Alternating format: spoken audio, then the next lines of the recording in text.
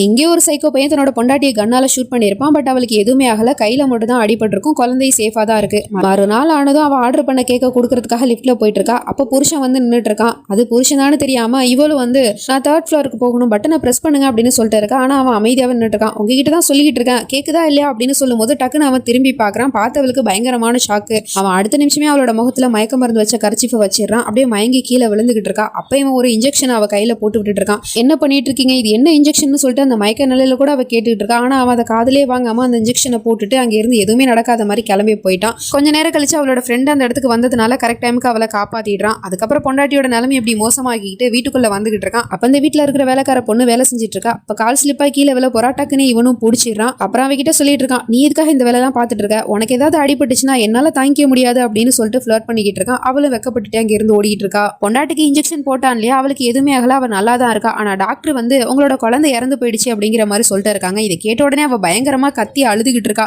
என்னோட குழந்தை என்னை விட்டு போயிடுச்சா அப்படிங்கிற மாதிரி அழுதுகிட்டு இருக்கா. அங்க இருக்கிற எல்லாரும் தான் சமாதானப்படுத்திட்டு இருக்காங்க. அப்படின்னா அவன் போட்ட ஊசி வந்து அவளை கொல்லணும் அப்படிங்கிறதுக்காக இல்ல, அவளோட வயிற்றுல இருந்த குழந்தையை கொல்லணும் அப்படிங்கிறதுக்காக தான். இதுக்கப்புறம் என்ன நடந்துச்சு அப்படிங்கிறது தெரிஞ்சுக்கணும்னா கீழே இருக்க லிங்கை கிளிக் பண்ணி பாருங்க. அப்புறம் மறக்காம நம்ம சேனலை சப்ஸ்கிரைப் பண்ணிக்கோங்க. தேங்க்யூ.